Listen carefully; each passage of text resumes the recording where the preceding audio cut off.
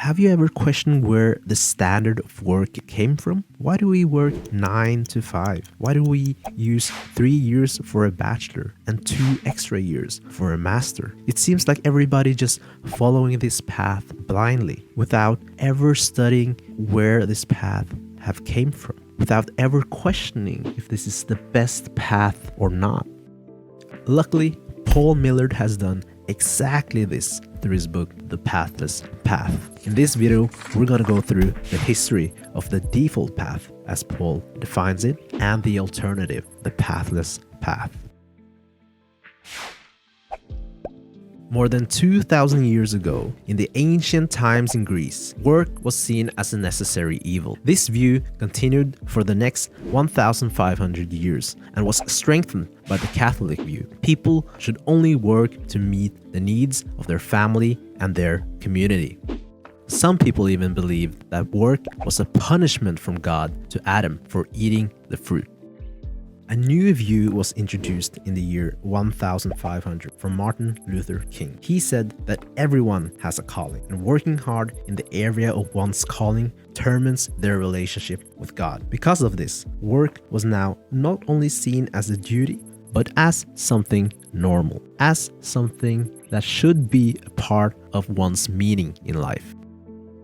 The modern version of the default path was born in 1945 after the World War II. This was a period of unprecedented economic growth. It generated full-time jobs with good incomes and career paths. 90% of the people born in this period became better economically than their parents. This generation is also known as the baby boomer. Peter Thiel said that if you were born from 1945 to 1955, things got better every year for the first 18 years of your life, and it had nothing to do with you.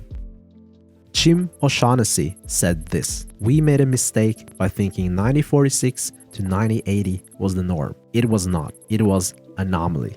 Now, people have gotten so used to the idea that life should be built around a good 9-to-5 job that they have forgotten that only 100 years ago, most people worked on farms. Now, should we just all quit our day job and start going on the pathless path? Well, Paul doesn't actually argue that the pathless path is better. He just wants to enlighten people that there is an alternative, because most people don't even know. In addition, doing an all or nothing leap is probably not the best idea. A smarter way of going about it is doing small experiments with your dream life. Instead of just quitting your job, why not try out your dream life for a weekend while you're working? If you don't like it, you found out in a matter of 2 days that it wasn't your dream life and you didn't quit your job. If you liked it, you can try out a longer experiment. Try out your dream life for 1 week and then turn it into 1 month or 3 months. And just like this, you will be able to slowly transition your way out of the default path while minimizing the risks.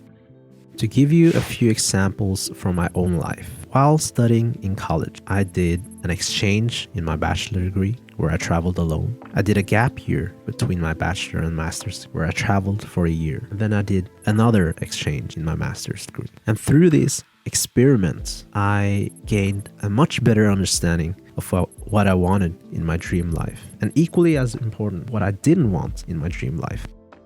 But the most important thing I gained from these experiments was the confidence to continue to do experiments, because right now I'm actually working in a normal corporate job, but I have done experiments while working here, and I'm not afraid to continue to do experiments. So I hope that through these videos and maybe through reading Paul's book, that you will also be able to do your own experiment.